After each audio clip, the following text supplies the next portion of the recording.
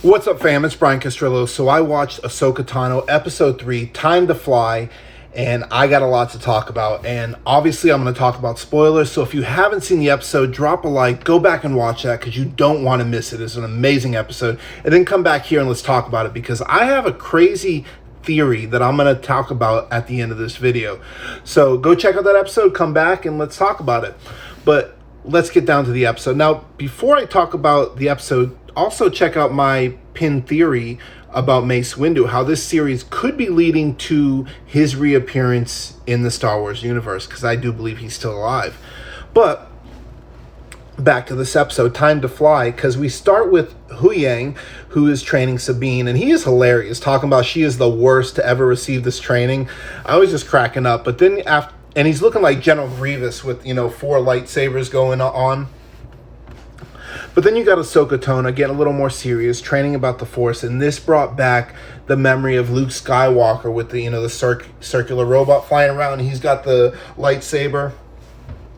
Training very similar because Sabine had to wear a helmet where she couldn't see, and you got Ahsoka Tano sort of walking around, talking about the Force, feel her presence, and it just brought me back in that moment with Luke Skywalker. And then after that, we see Hera Syndulla, who's talking to Chancellor Mon Mothma and all the other senators. And she's talking about how the attack on Corellia, she believes is a threat, and she wants to talk about how Thrawn is still a threat and how that she needs help from the New Republic. But the New Republic, they're basically saying that they don't want to waste the New Republic's resources because they believe she's doing it just for her friend Ezra Bridger, and they're basically saying that they believe both of them to be dead. And so this political game did not go very well for Hera Syndulla. Shortly after that, we see Sabine, Ahsoka Tano, and Huyang, and they're flying into the Danap system, and they're greeted by 6 ships, which has Shin-Hati, Marrok, and some other characters that are trying to take them out on the orders of Morgan Elsbeth. And as they're flying, they're fighting. There was a moment where Sabine gets into one of the gun turrets, and it just brought me back to Han Solo and the Millennium Falcon. You remember the scene. But eventually they come to this hyperspace ring where Morgan Elsbeth is at. And this is basically what she's building to bring Grand Admiral Thrawn back to this era, wherever he's at right now. And as they're chasing, Ahsoka Tano, their ship gets damaged, and she has to come out in a spacesuit. And this just adds to the lore of how great Ahsoka Tano is, and in my opinion, the best female character in the Star Wars cinematic universe. Now, maybe they'll bring out Mara Jade, who could provide a challenge, but so far, in my opinion, Ahsoka Tano is my favorite female character that I know, and not just female, but she's one of the greatest characters in the Star Wars universe, period. She is she's intelligent, she's crafty, she's funny, and a great fighter. I just love her character. But she comes out and she's fighting with her lightsabers out in space. She's got these magnetic boots. She actually manages to take out one of these ships in a ridiculous fight scene. You got to see it. But eventually they are able to evade Shin-Hati and Marrok, and they land on this planet. And right before they land, they see the Purrgil. You remember the space whales and Sabine. Well, actually, I'll come back to that in a second. But they land in the forest, and then they can't find them. But then Baylan Skoll, who uses the Force, basically says they're in the forest and gives the order to take them out. But now I want to get back to this character Marrok. Who is Marrok? This guy, now we saw him fight Ahsoka Tano in episode 2. I had mentioned he reminds me of an Inquisitor. He's got that, that circular lightsaber with the 2 ends. And this person is clearly trained in Jedi arts. He uses the Force. Very fast and very skilled, obviously.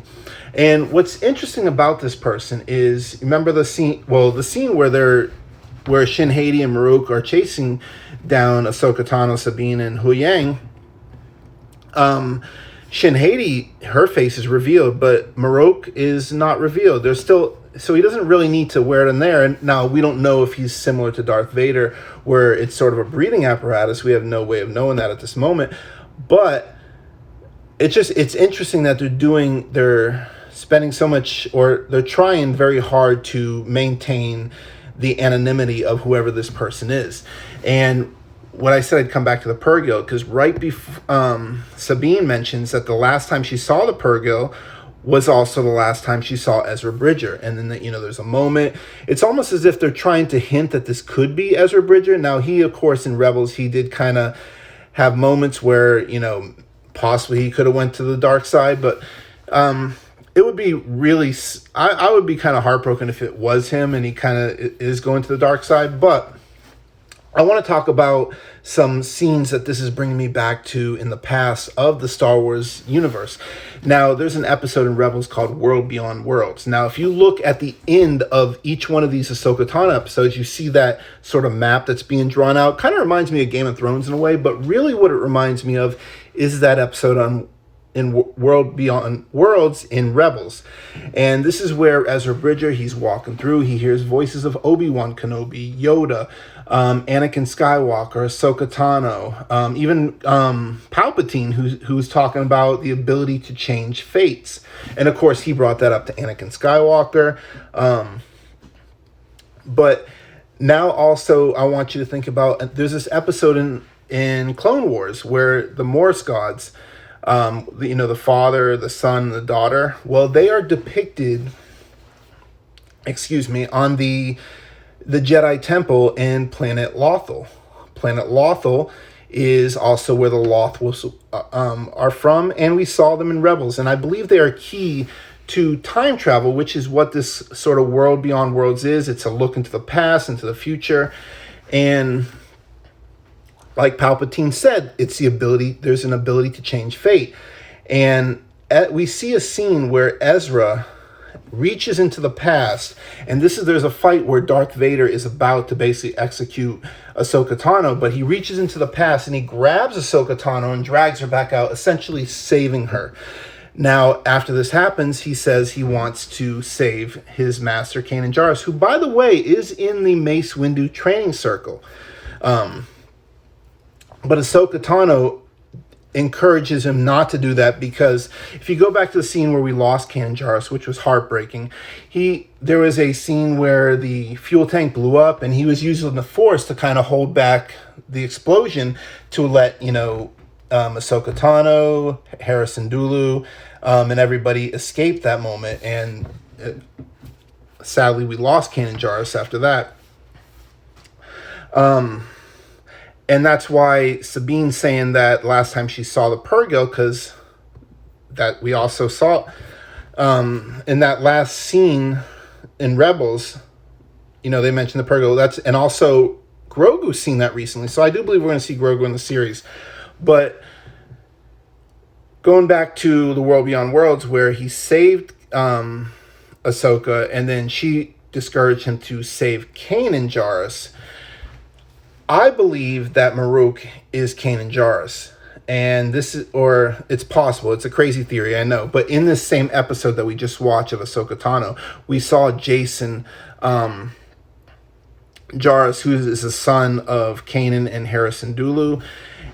We saw them I believe it was the last episode of Rebels. But in this one, what if Palpatine or even Morgan Elsbeth basically, or Palpatine, somebody, pulled him from the World Beyond Worlds, or World Between Worlds, and saved Kanan Jarrus, and basically said, your son is at risk, or if you want your family to be saved, if you want to change their fate, then you will protect what we're doing so we can bring Grand Admiral Thrawn back.